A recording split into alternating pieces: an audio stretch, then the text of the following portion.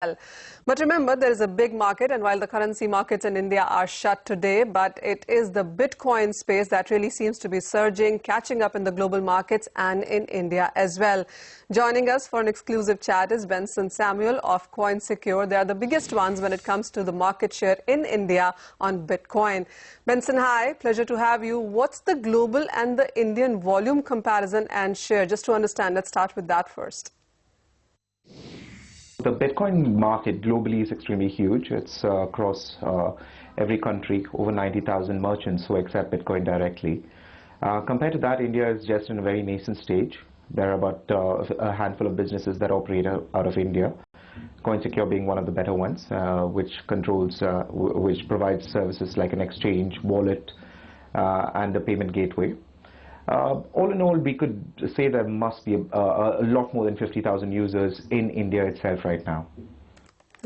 But how safe is the technology? Because in the recent few days, we have been hearing about Bitcoin theft, and there have been some hacking incidents as well.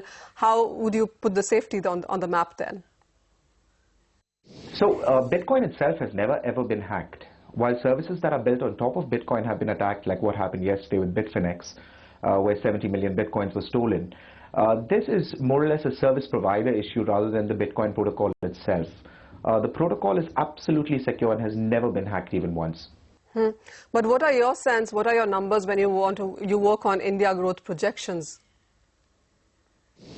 It's picking up really quick. In fact, a few years back when we started off with most of the Bitcoin activities in India, there were hardly about 1,000 people who were involved in it.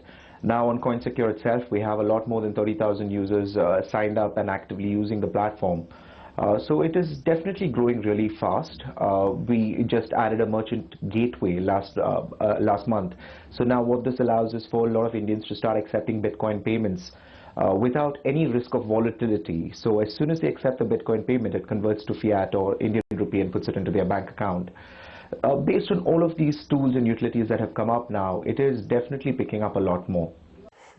All right. Benson, also, there has been this inadvertent comparison that most people have been doing between Bitcoin and gold. I mean, we've seen a surge in Bitcoin trading in most of the economies where the numbers have been weak in economic sense. How have you read the comparison between Bitcoin and gold? It is definitely some sort of comparison, apart from the fact that gold actually has intrinsic physical mass. Bitcoin is also designed very similar to precious metals. For example, it's limited in supply. There's only going to be 21 million Bitcoins by the end in 2140, in the year 2140. It is highly divisible. It can be divided up to 8 decimals. It contains value as long as more than 2 people use it. So yes, it has a lot of similarities to precious metals. But what's your sense? Because as you pointed out, you are one of the many players that are in the market right now. You, of course, are the biggest. But what's your market share, and would more players add to competition? Absolutely. In fact, this is a very interesting space because we don't see any other players who come up in the space as competitors. There's a huge amount of arbitrage that can be earned out of Bitcoin. For example, you could buy Bitcoin for 38,000 rupees on one exchange and sell it for 39,000 on another exchange. The more of these businesses that start to evolve around India, the arbitrage opportunities increase, and they actually divide the profits among all businesses that come up. So we are seeing a lot of new players coming up. As of now, Coinsecure has been funded about $1.5 million USD as well. So this is a space that people are looking at. They sure are. Benson, thank you so much for joining us and making a sense of all of that. So the Bitcoin space really has been surging, and we, of course, gave you a currency-to-currency valuation of what Bitcoin costs. In India, of course, it's at 39,000 rupees per Bitcoin is how it's trading in the day-to-day.